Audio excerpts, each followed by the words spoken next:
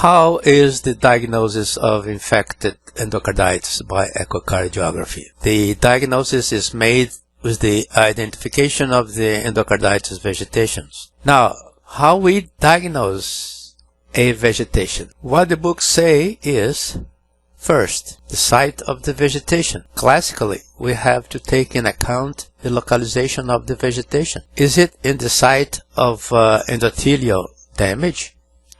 That's more frequent. The side of the valve where there is a jet of high velocity, like at the atrial side of a mitral valve in a mitral regurgitation, or at the ventricular side of an aortic valve in an aortic regurgitation. In case of VSD, ventricular septal defect, for instance, the vegetation more often will be at the opposite wall of the right ventricle, or the tricuspid valve, or at the right side of the intraventricular septum. Though the localization is important, it's not a fixed rule. My own impression is that these rules are not important for the diagnosis. Second, presence of an associated regurgitation. Almost all valve lesions produce regurgitation, and many normal valves have some degree of regurgitation. Then, this fact doesn't help the diagnosis. Third, chaotic movement of the vegetation. Only seen in large vegetations when diagnosis is obvious. Small vegetations are fixed. Fourth, does not restrain the valvular movement. No use in rheumatic or calcified valves, where the restraint is due to the primary lesion. Fifth, clinical suspicion. This remains as the sole diagnostic feature of importance if we use only these 5 signs. Look at this case. Thickening of part of the aortic valve at the non-coronary cusp. In the ventricular side, with chaotic movement, no restraint of valvular movement, acute rupture of the valve with severe aortic regurgitation. There was only one negative sign. There was no clinical suspicion of endocarditis. Endocarditis is one of the rare pathologies that the clinical suspicion is necessary for the echocardiographic diagnosis. And this patient did not have anything to suspect endocarditis. There are 2 other signs much more important seen in M-mode that I'm going to show you later on in the next talk. And this patient had these signs indicating it was not endocarditis. These 2 signs showed it was a calcified atherosclerotic plaque, not a vegetation, and this was found at surgery. Somehow it ruptured the valve, but if the patient were febrile, the story would be different. No one would ever deny the probable diagnosis of a vegetation. Large vegetations, like this one seen in a parasternal long axis and apical 4 chambers, the diagnosis is relatively easy. It's a large mass that produces a severe mitral regurgitation. It does not restrain the movement of the leaflet. It is at the atrial side of the leaflet and has a chaotic movement. But the main consideration is that the patient had clinical suspicion of endocarditis. If there were none, one might consider tumor. I've seen myxoma in mitral leaflet, pretty similar to this. Blood cyst might be also a possibility, but clinical suspicion makes the difference. Another example, in a 6-month child, a large stalk vegetation through the tricuspid valve and a clinical suspicion of Candida albicans endocarditis. The suspicion here was the main issue for the diagnosis. Some say that the large vegetations should make you suspect of fungal origin. I don't like that. A large vegetation was before a small one to begin with, and many bacteria may produce a large vegetation.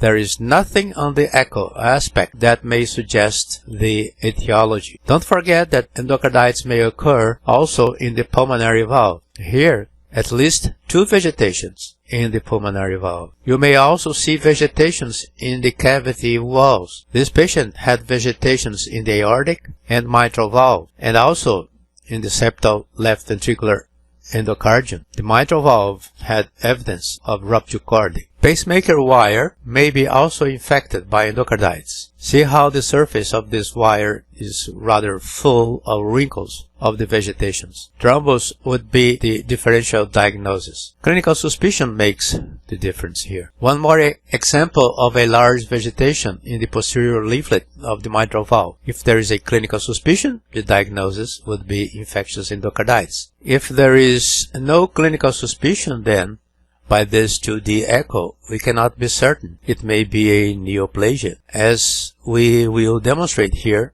M-mode can make a difference. Another example, a transesophageal echo of the aortic valve with large vegetation, easily diagnosed by transesophageal echo. I'm going to add an issue not usually reported on the lectures about infectious endocarditis: the utility of M-mode for the diagnosis of vegetations.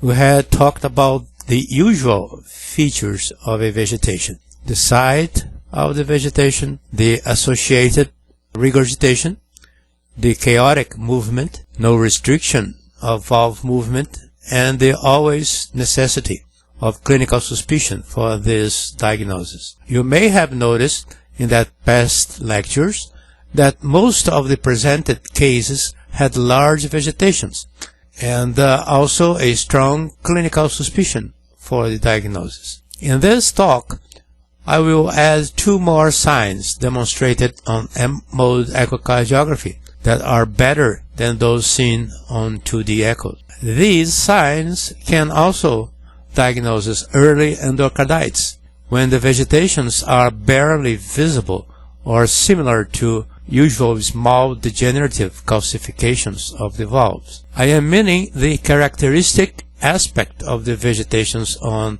M-mode. Due to M-mode's better time resolution, it is possible to demonstrate the aspect of the rugged surface of the vegetations, even very small ones, not yet seen by 2D.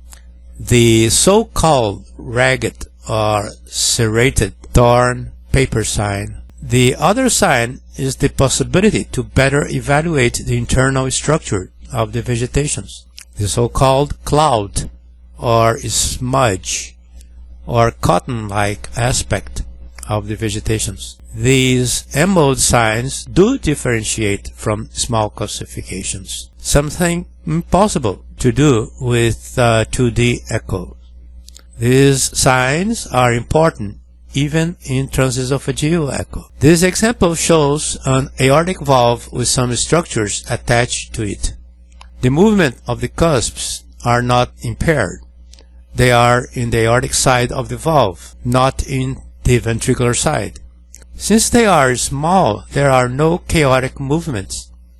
If this patient comes with a history of fever for 1 month, we would say these are vegetations. But if this patient has no fever or clinical suspicion of endocarditis, we will diagnose here degenerative valvular disease with calcifications. Notice that there is no way to differentiate if it is vegetations or calcium. The only way to do it is using M-mode. If it is calcification, a calcified valve in M-mode echo is very characteristic. It shows several well-defined lines with perfect line borders. It doesn't matter if it is just a tiny small calcification. It will have the same aspect of perfect lines with perfect smooth borders. This is a very important sign. The same thing happens with local thickening of the valve. If it is due to rheumatic or degenerative disease, it will show as single or multiple lines with perfect borders, and here too. A vegetation of endocarditis will have an internal structure appearance at M-mode that looks like a cloud or cotton. There are none or poorly defined internal lines. It looks like a smudge. This is the aspect of ragged or serrated torn paper sign. Just take a newspaper, torn it, and look at its edge. That's how a border of a vegetation, no matter if big or small, looks like. Always remember that small vegetations may not be identified on 2D echo, but is perfectly seen on M mode. The big ones, everyone makes the diagnosis if there is clinical suspicion. But in a patient with high suspicion of endocarditis and the 2D echo doesn't show a vegetation, we have to sweep slowly all the valves with M mode, and we may find these characteristic and diagnostic signs of a vegetation. Here an example: infective endocarditis in the mitral valve and in the septal wall, probably in a false tendon. Look at the characteristic findings here at the valve. Notice that there are no lines here or in there. Instead of lines, there is a smudge. Look at this aspect, like a cotton or a cloud. You see no lines. Look at the torn paper border. This is a classical aspect on M mode. This aspect doesn't happen in calcified or just thickened valve with no vegetation, unless there are also vegetations. Look at this aortic valve. 2D echo normal, no vegetations seen in a patient with clinical suspicion of endocarditis. A throughout M mode scan of all valves was performed. The aortic valve presented classical torn paper sign. This here may look like a smudge, but it's too thin to be sure. Watch the border of the same valve where there is no vegetation, how it is smooth. Completely different from what we see here at the vegetation. Another example: apical four chambers view of a biological prosthetic mitral valve in a patient with endocarditis suspicion. 2D echo non-diagnostic of vegetations. M mode shows some thickening due to calcification. See how these echoes are formed by lines with smooth borders, classical of calcium or plain thickening.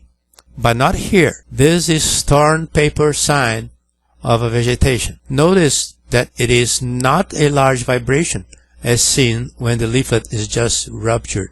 This patient had infective endocarditis of the aortic valve and a large vegetation prolapsing to left ventricle outflow tract. Here the enlarged view of the vegetation. Notice first the torn paper sign, well seen in all moment, and the smudge. There are no lines in here, only this cloud, which is characteristic of vegetation. Mitral valve with ruptured cordi and vegetation. Look at the erratic, chaotic movement of the ruptured cordi. It's a gross movement, different from the fine, sharp movement of the torn paper, also seen in the enlarged view. Notice that there are no lines inside the smudge. Look at this patient. It looks a calcified rheumatic aortic and mitral valve. Now let's aim the cursor to the left ventricular outflow reaching the aorta and base of the mitral valve.